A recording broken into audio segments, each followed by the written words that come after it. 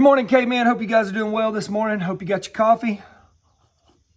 Hope you got your run or your workout or whatever. I'm getting started a little late. I'm about to go do that now.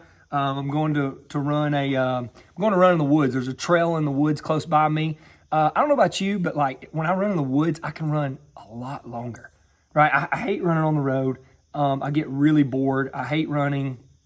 If you see me jogging, I'll do sprints on a treadmill. But if you see me jogging on a treadmill, you need to call somebody. You need to give me some counseling because I'm close to making a bad decision in my life. You know what I'm saying? I'm probably thinking about something not good, right? You're not going to catch me jogging on a treadmill. I'll be bored out of my mind. But right now, guys, we're reading The Warrior Poet Way, right? The Warrior Poet Way. This is one book I'm reading right now. An amazing book, man. An amazing book. It's by John Lovell. He's my man crush a little bit right now, not going to lie. Love the way he writes. Love what he's doing in the world right now.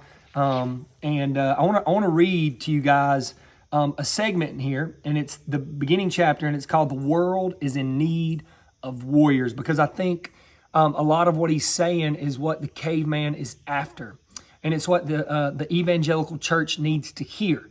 Right? We need to hear these things.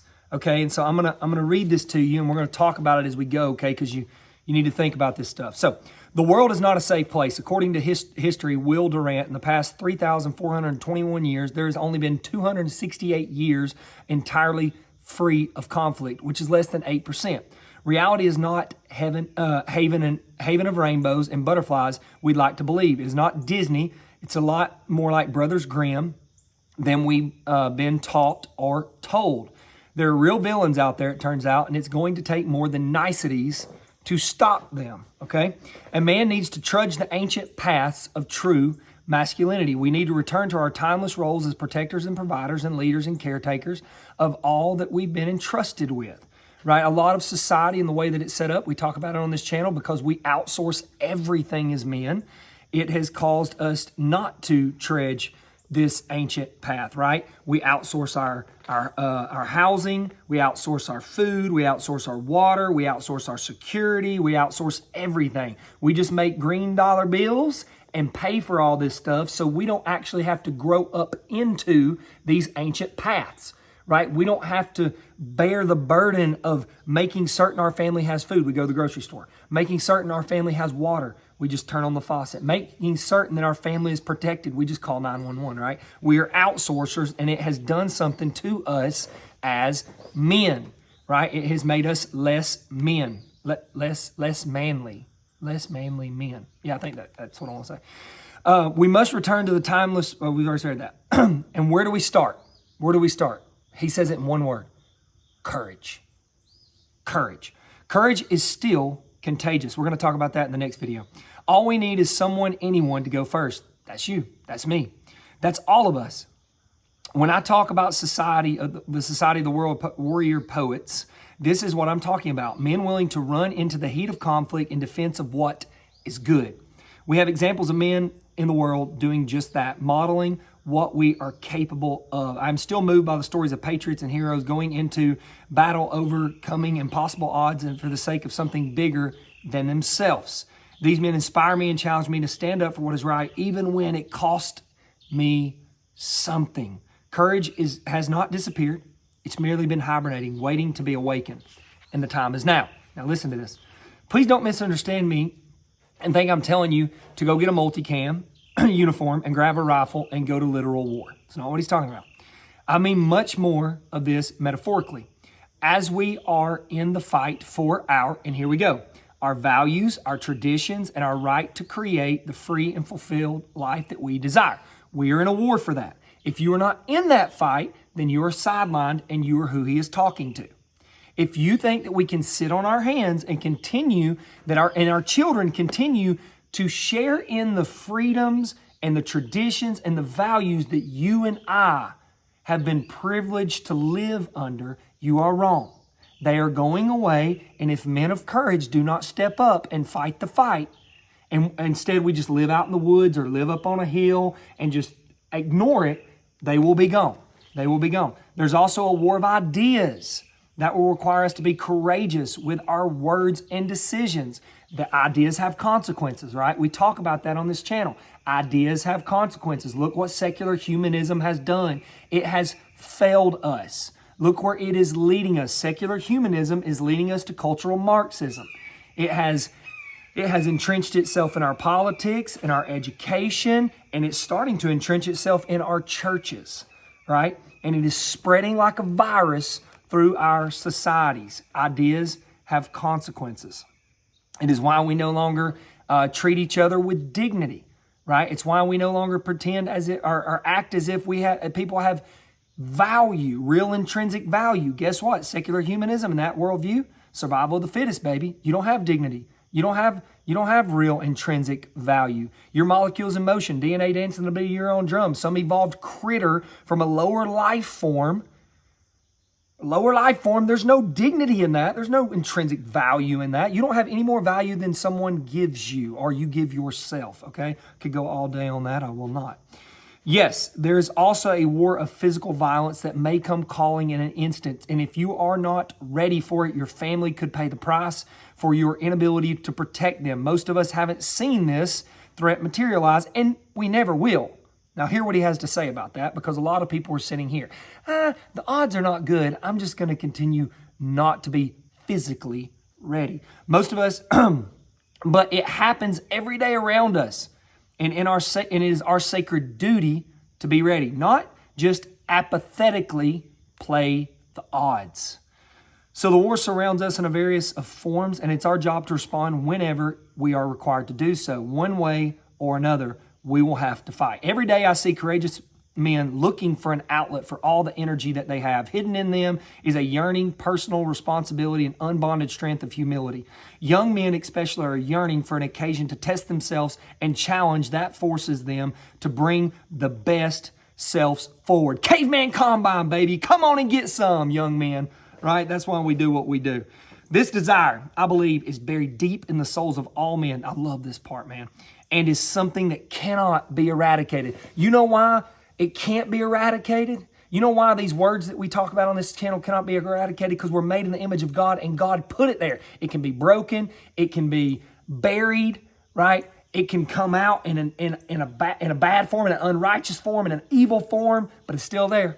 It's still there, but never destroyed. It is who we are. Freedom is not what most men have known throughout history. We need to remember this. It's not.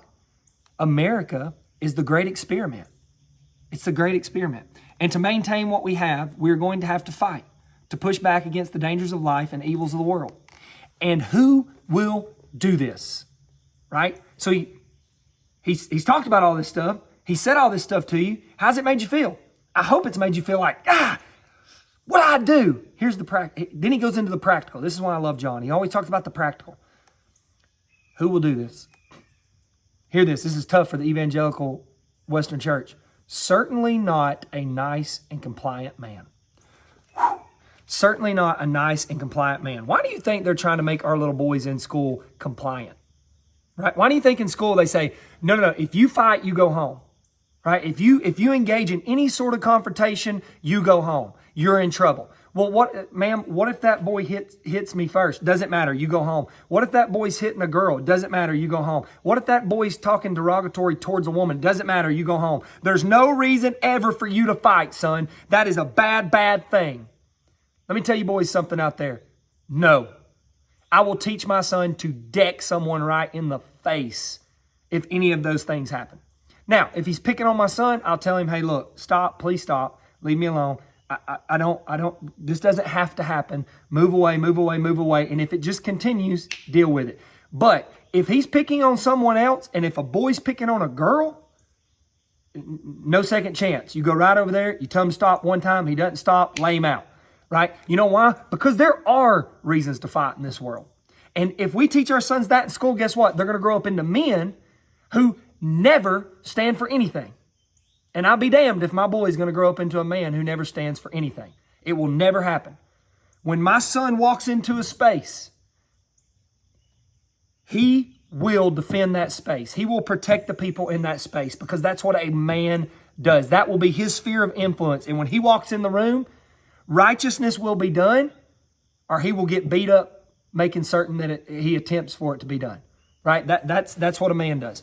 We need men who will fight for the truth in the world of lies and defend the cause of freedom where tyranny would otherwise reign. And only warriors can do that. What exactly is a warrior? A warrior is someone who is good at winning a fight and bad at being killed. I love that definition. He's good at winning a fight and he's bad at being killed. A warrior may fight for all kinds of reasons, but it takes a man of violence to stop the threat of violence. That is hard for the Western church to hear, right? It takes a man of violence to stop the violence. But that is true. That has been true through all of human history. And I don't know why all of a sudden we just take the four Gospels and we try to explain that away, right? That we try to explain that away. When there's a whole book, the Bible's a full book, right? The Bible's a full book. And it does take a man of violence to stop the threat of violence. And I could defend this in the Word of God over and over and over again. I don't have time right now. Maybe we'll talk about it later. To earn the privilege of freedom, we need warriors to do their job. Will that be you? Man, guys, that is a wonderful, wonderful little chapter there. And that's a great question at the end of it. Will that be you? And I love there at the end how he's talking about like, there's a physicality to a warrior, right? There's all kinds of threats out there. Ideas, values, traditions, all these things we need to be fighting for in the public square. And they need to be fought for. Because I can promise you, if the Christian worldview is not pushing these things forward, some worldview will be. These things do not exist in a vacuum, right? There's always a worldview behind something pushing it forward. And the secular worldview has been reigning since about the 50s and the 60s. And look where it has led us.